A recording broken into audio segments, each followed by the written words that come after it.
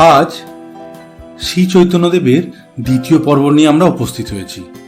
লিখেছেন শ্রী নৃপেন্দ্রকৃষ্ণ চট্টোপাধ্যায়। তাহলে শুরু করি। ক্রমশ যত দিন যায় সচিমার বুকে কোথা থেকে তত অজানা ভয়ে এসে জমা হতে থাকে।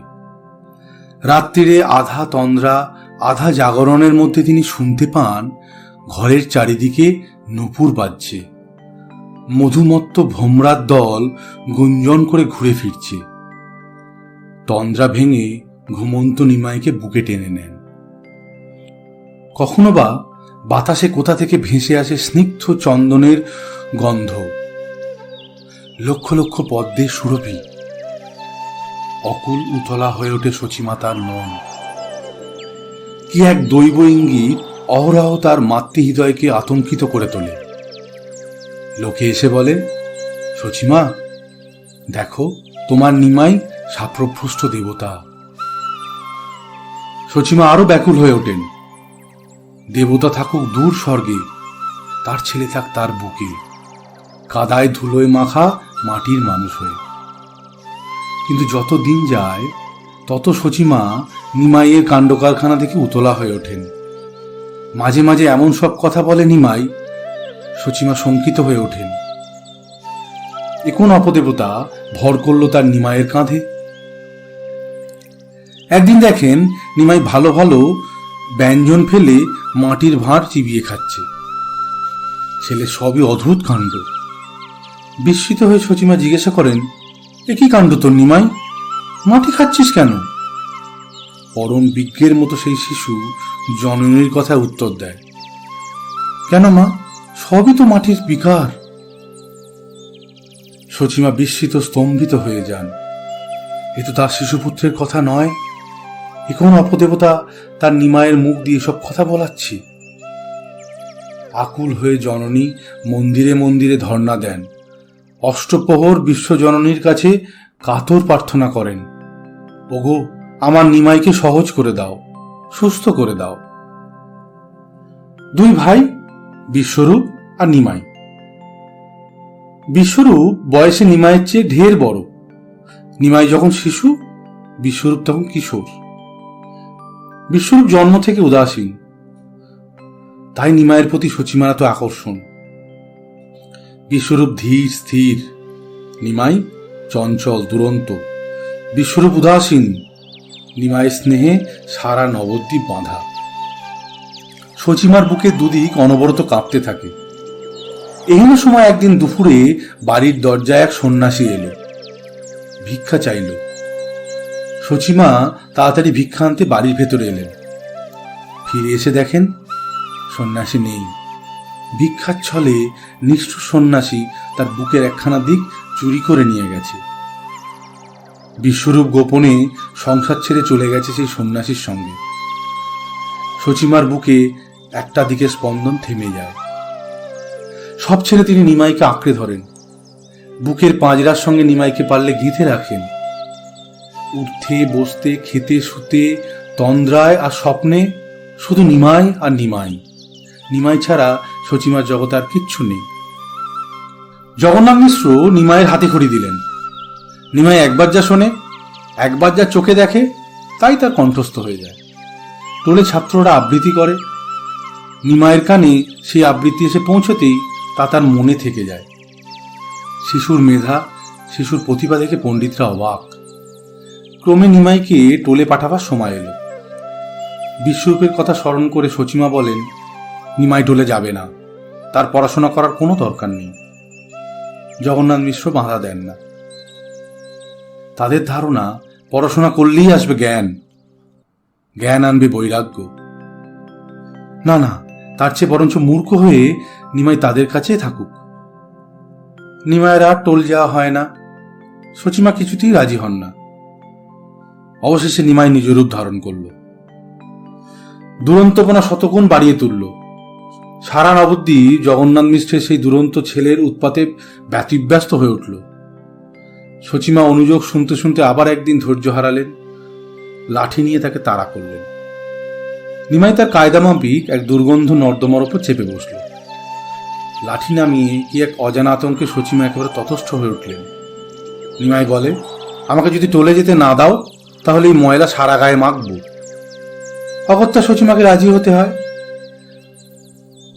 গঙ্গা দাসের চতুষ্পাটিতে নিমাই ভর্তি হয়। জগন্নাথ মিশ্রের মন কিন্তু কিছুতেই সে ব্যবস্থাকে স্বীকার করে নিতে পারল না। তার সর্বদাই মনে হয় নিমাই যেরকম মেধাবী, অল্প দিনের মধ্যেই জ্ঞান লাভ করে বিশ্বরূপের পথ অনুসরণ করবে। এই চিন্তা তাকে এমনভাবে পেয়ে বসলো যে স্বপ্নও তাকে উত্তপ্ত করতে লাগলো। একদিন তিনি স্বপ্ন দেখলেন, মণ্ডিত মস্তক গৌরিক পাশে নিমাই গৃহত্যাগ করে চলে যাচ্ছে। সেই স্বপ্নের কথা তিনি সচিমার কাছে গোপন রাখলেন বটে, কিন্তু তার নিজের মনের ভেতর অহরহ সেই দুর্ভাবনা তাকে পঙ্গু করে দিল। তিনি শয্যা নিলেন এবং এই শয্যা ছেড়ে আর উঠে দাঁড়ালেন না। নিমাই পিতার শেষ কার্য সম্পন্ন করে জননীকে সান্ত্বনা দেয়। সচিমার জগতে আজ সত্য সত্যই সেই একটি কিশোর বালক একমাত্র বাসিন্দা। সেই জগতে আর সত্যই কেউ রইল না। গঙ্গাদাস নবদ্বীপের বিখ্যাত বৈরাকরণিক ছিলেন। কিশোর নিমাই অতি অল্পকালের মধ্যে সমস্ত ব্যাকরণ কণ্ঠস্থ করে ফেললেন। সারা নবদ্বীপে পণ্ডিত মহলেও তার মতো ব্যাকরণ জানা আর কেউ রইল না। শুধু ব্যাকরণ নয়, ন্যায়, দর্শন, অলঙ্কার, প্রত্যেকটি শাস্ত্রে কিশোর নিমাই অদ্বিতীয় হয়ে উঠল। এবং নিজের বিদ্যার গর্বে, অহংকারে নিমাই সকলকে তুচ্ছ জ্ঞান করতে লাগলো। সহপাঠীদের ডেকে ব্যঙ্গ করে, উপহাস করে, তাদের বুদ্ধিহীনতায় তাদের ধিক্কার দেয়। পণ্ডিতদের কূট প্রশ্নে বিব্রত করে তোলে, প্রকাশ্যে উপহাস করে। তার বিদ্যার তেজে নিমাই সকলকে জ্বালিয়ে পুড়িয়ে বেড়ায়। সেই সঙ্গে বেড়ে ওঠে তার দুরন্তপনা। কাউকেই গ্রাহ্য করে না, কাউকে সমীহ করে না। কেউ প্রতিবাদ করলে রেগে মারমুখী হয়ে ওঠে। বাড়িতে রেগে গেলে জিনিসপত্র হাতের কাছে যা পায় ভেঙে তছনছ করে ফেলে। স্নেহান্ধ জননী দেখেও দেখে না নিমাই আজ বড় হয়েছে, তাকে শাসন করার চিন্তাও তিনি করতে পারেন না। কিশোরকাল উত্তীর্ণ হতে না হতে নিমাই নিজে পণ্ডিত হয়ে টোল খুলে বসলেন। তার পণ্ডিতের কথা চারিদিকে রাষ্ট্র হয়ে গিয়েছিল। তাই টোল খোলার সঙ্গে সঙ্গে দলে দলে ছাত্র আসতে লাগলো। নিমাই পণ্ডিতের অসাধারণ পাণ্ডিত্য থেকে ছাত্ররা বিমুক্ত হয়ে যায়। নিমাই গর্বে ফুলে ফেপে ওঠে। প্রকাশ্যে অন্য টোল পণ্ডিতের ব্যঙ্গ করে, বিচারে অনায়াসে সকলকে পরাস্ত করে দেন। ভয়ে কেউ তরুণ পণ্ডিতের সঙ্গে কোনো বিচারে অগ্রসর হতে সাহস করে না। মত্ত হস্তির মতো তরুণ নিমাই পণ্ডিত নবদ্বীপের পথে বিচরণ করে বেড়ান। তার উদ্ধত মাথা সকলের ওপর উঠে থাকে। তখন নবদ্বীপে অদ্বৈত আচার্যের প্রেরণায় শিবাস পণ্ডিত গুটিকতক অনুচরদের নিয়ে বৈষ্ণব ধর্ম আলোচনা করেন। স্নিগ্ধ শান্তমূর্তি শিবাস পণ্ডিত পরম বৈষ্ণবের মতো দিনভাবে বৈষ্ণব জীবনযাপন করেন। একদিন পথে নিমাইয়ের সঙ্গে দেখা হয়ে যায় শিবাস পণ্ডিতের। বিদ্যার্থে যে ডগমগ তরুণ নিমাই বৈষ্ণব শিবাসকে প্রকাশ্যে ব্যঙ্গ করেন। জ্ঞানের পথ ছেড়ে তারা যে শুধু নাম কীর্তনের মধ্যে জীবনের পরম পথের সন্ধান করছেন সে ব্যাপার নিয়ে নিমাই তাদের উপহাস করেন। বলেন, জ্ঞানহীন যারা তারা তাদের সেই ধর্মের মধ্যে পেয়েছে এক নিরাপদ আশ্রয়, অর্থাৎ মূর্খ বলে তাদের উপহাস করেন। শিবাস নীরবে সে আঘাত সহ্য করেন। নবদ্বীপ আর শান্তপুরের বৈষ্ণব মহলে প্রচারিত হয়ে যায় যে তরুণ নিমাই পণ্ডিত দাম্ভিক শিরোমণি। অদ্বৈত আচার্য দূর আকাশের দিকে চেয়ে নীরবে শুধু অন্তরে ধ্যান করেন মহামানবের আহ্বান মন্ত্র। তিনি যে অন্তরের মধ্যে শুনছেন তার পদধ্বনি, সে শোনা কি তবে ব্যর্থ হয়ে যাবে? বৈষ্ণবের মতো তিনি থাকেন, শুধু অপেক্ষা করে। ইতিমধ্যে সচিমাতা পুত্রের বিবাহ দিয়ে ঘরে পুত্রবধূকে নিয়ে এলেন। লক্ষ্মীদেবী রূপিয়ার গুণে লক্ষ্মী বটে। তরুণ ভার্যার সঙ্গ সুখে আর অধ্যাপনায় নিমাই পণ্ডিতের দিন আনন্দে কেটে যায়।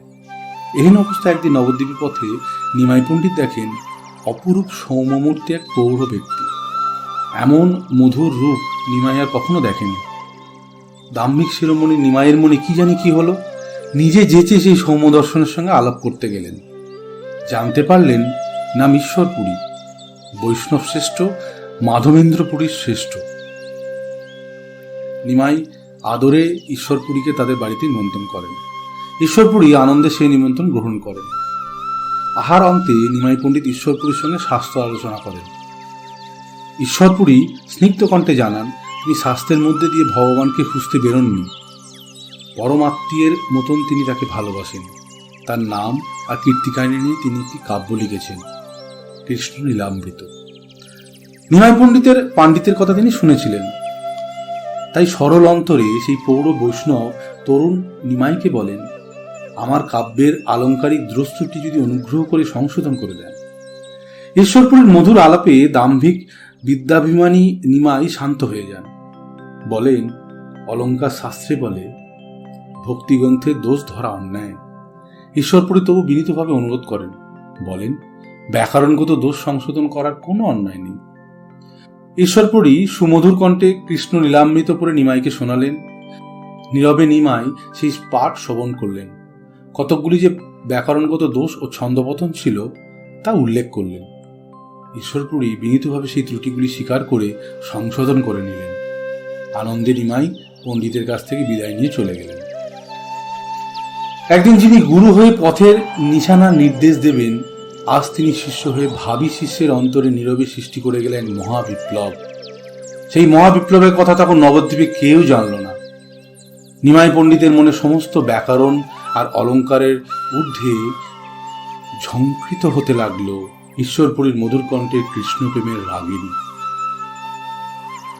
উড়ন্ত বিহঙ্গমের মুখে উড়ে এলো বীজ।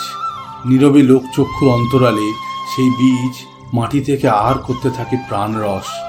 বাইরে কোনো সাড়া নেই, কোনো শব্দ নেই। বিস্তৃত জগৎ সেই দিন তার অস্তিত্বের পরিচয় পাবে, যেদিন মাটির অন্ধকার গর্ভ ভেদ করে পত্রে কিশলয়ে সে তার সংগোপনতাকে বিদীর্ণ করে ফেলবে। আজ এখানেই আপাতত শেষ করি। পরের সপ্তাহে ঠিক এই সময় আমরা তৃতীয় পর্ব নিয়ে আসব। তোমরা সকলে খুব ভালো থেকো।